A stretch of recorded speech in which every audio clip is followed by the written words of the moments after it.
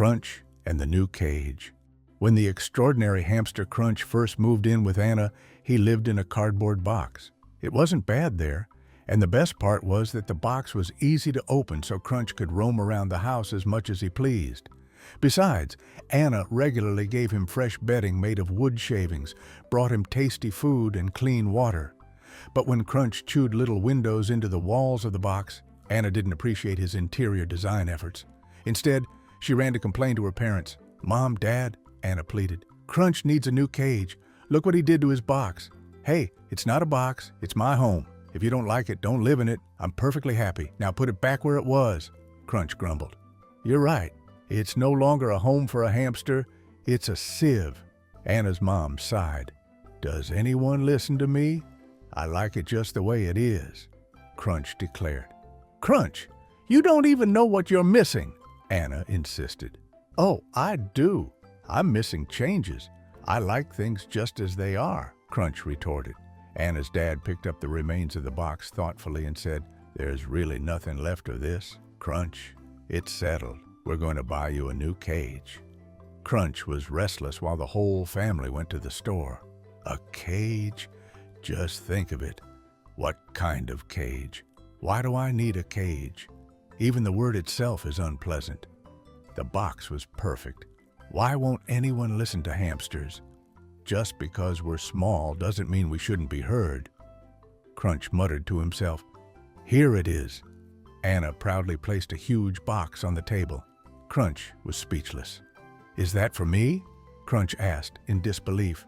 "Of course. Open it up," Anna urged. "You got me a new box. How wonderful.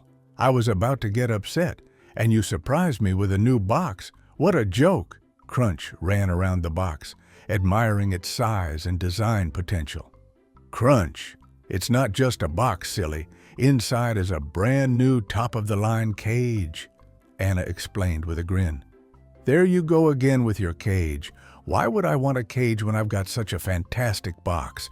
Now help me climb in, quickly," Crunch exclaimed. "Just take a look," Anna said sweetly, and pulled out from the box. Crunch didn't even know how to describe what he saw. It was so magnificent that he dropped all the snacks he had stored that morning. It was a real hamster mansion. "Holy whiskers! This is like Hamster Disneyland!" Crunch shouted in awe. "Let me give you a tour. Here's your food station. Over here is the water park. Here's the amusement park, the gym, and here's a cozy little house for sleeping, resting, and thinking about important things. Everything you love," Anna pointed out. But Crunch wasn't listening anymore.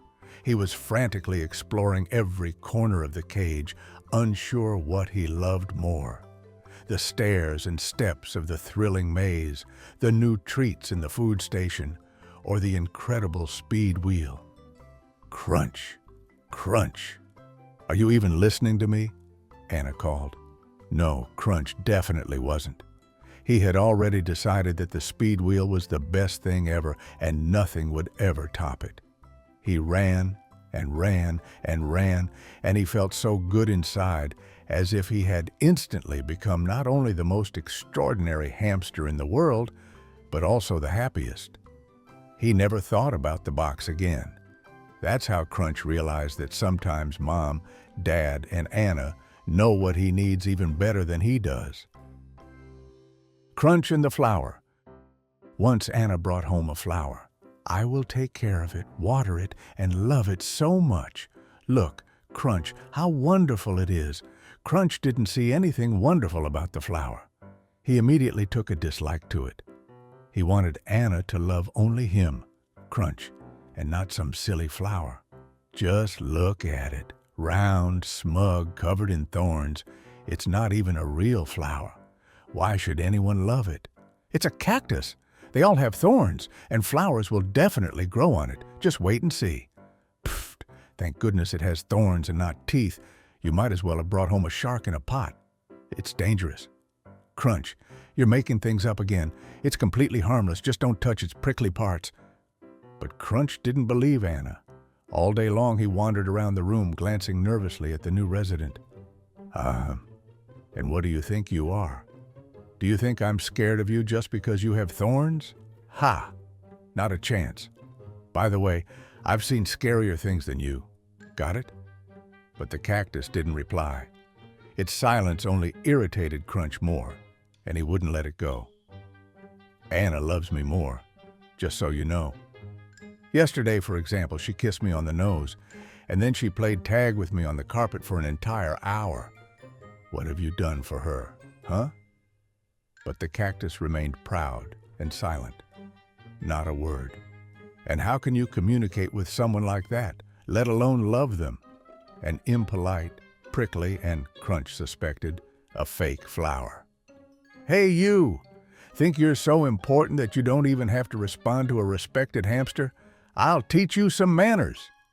Crunch climbed right into the pot, braced his front paws against his sides, and struck a warrior pose. A conversation partner should look into the eyes and answer when spoken to. Where are your eyes, you strange creature? Crunch decided to circle around the cactus to peek into its arrogant eyes, but he found no eyes at all. What the heck? There's nowhere to even glare at you. No eyes, no shame, no conscience. Sigh. Why am I even talking to you? Crunch waved his paw at the cactus and wanted to walk proudly back to his cage, but his paw snagged one of the thorns. Ouch, ouch, ouch! Crunch squealed and tumbled from the pot onto the windowsill. Help! Help! It's attacking me! Anna came running at Crunch's shout. Crunch, what happened? Who hurt you? That! Your so-called flower! I told you, I warned you it was dangerous. And look at the result. It's attacking me with its thorns. You mean you poked yourself on its thorns? Why did you go near it? Me? Go near? It started first. I was talking to it, and it just sat there silent. What a pompous turkey it is, not a flower. Let me put some healing ointment on your paw, and don't touch the cactus again. But you won't say a word to it? It comes at me with its thorns, and it gets away with it? Crunch, you can't just attack plants. You could really hurt yourself. It seems we'll have to give it to Grandma Natalie if you don't love it. So, you love me more than it? Of course, Crunch. Oh, look! Anna pointed at the cactus. Right at the very top, a stunningly beautiful flower was blooming. A real one. So beautiful it took your breath away. Crunch immediately forgave it. He realized that just because someone looks like a shark in a pot doesn't mean they're bad. And it doesn't mean that they are a trickster pretending to be a flower. And it doesn't mean that Anna loves it more.